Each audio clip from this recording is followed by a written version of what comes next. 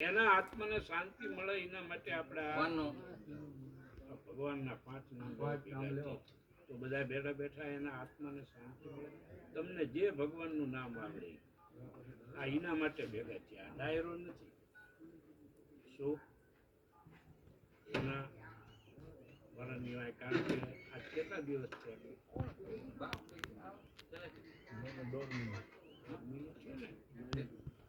તમે એની 12મા નિમિત્તે તો આ જ કરીએ ને.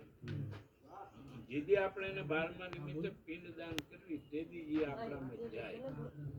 એટલે જતા નથી રહેતા. 12માનું વિધિ પત્યા પછી એને ભગવાનના પાર્ષદો એને યાત્રા કરવા લઈ જાય. કદાચ એને યાત્રા ન કરી હોય મોટા મોટા દિવસ 3 વર્ષ સુધી ભગવાનના પાર્ષદો બોલો એને યાત્રા કરાવે. અને 3 વર્ષે પાછા આપણા સ્ટેશને આપણા ઘરે એને મૂકી જાય. આપણને દેખાય નહીં. જ્યારે પછી આપણે કઈ ને આજ હરાજમાં એમને ભેળવવાના એટલે એમને કઈ વળાવી દેવાના મોકલી દેવાના નથી. એ આપણામાં આવે. આપણને દેખાય નહીં કે આ ઈ ભાઈ તો આપણે જવાનું જોઈએ ને. એટલે હોય આપણામાં જ આવે. એ વયા નથી જતા. પણ 3 વર્ષે શ્રાદ્ધની વિધિ કર્યા પછી શ્રાદ્ધમાં ભેળવા પછી આપણે એને છેડો ફાટી જાય. બાપા હોય, આપણો ભાઈ હોય, મા બાપ હોય, જે આપણો સંબંધ હોય એ સંબંધ આપણો અહીંયા પૂરો થઈ જાય. અમારામાં કરવું પડે.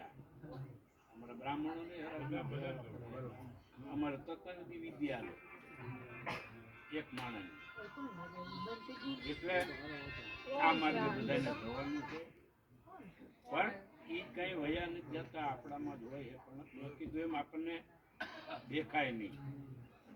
હોય આપણામાં તમારા ખોળામાં જ હોય. પણ આપણને જો એ આમ જાહેર થઈ જાય કે ઈ જ ભાઈ હે તો આપણે જવાનું નથી. આત્મારૂપી ભવન હે ને. હા હોય. પણ પછી પિતૃ નારાયણમાં ભળી જાય 3 વર્ષ પછી.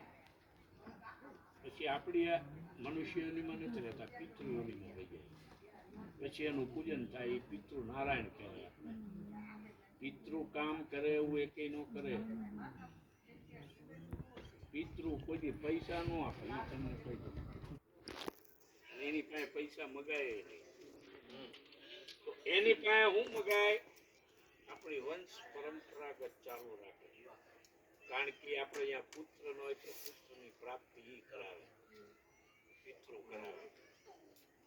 કુળદેવી ન કરાવે. પિતૃ પાસે મોટું ઇન્જેક્શન છે. એ આપણી આશા પૂરી કરે. ગમે એટલા વર્ષા થાય તો એનું નામ થોડુંક જાય. પણ બધાને નૂકી પછી બધી પાયરી મળે. મનુષ્યોનીમાં હોય પછી એમને જે યોની બાકી હોય પૂરી કરાવે 3 વર્ષમાં.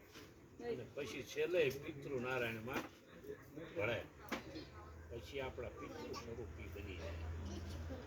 એના માટે આ ભગવાનનું નામ છે. કે વિજ્ઞાને સાબિત કર્યું કે આ બ્રાહ્મણો બધું લેવા હાટું કરે.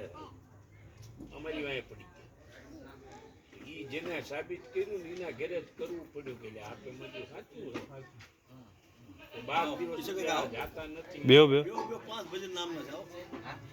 આવો બીજા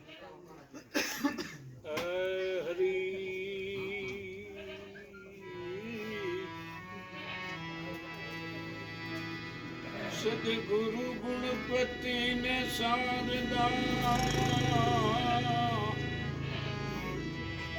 ત્રણ નમન કર્યા ઠા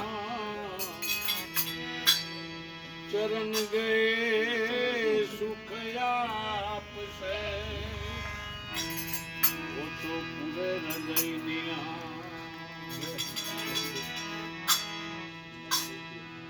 શબ્દ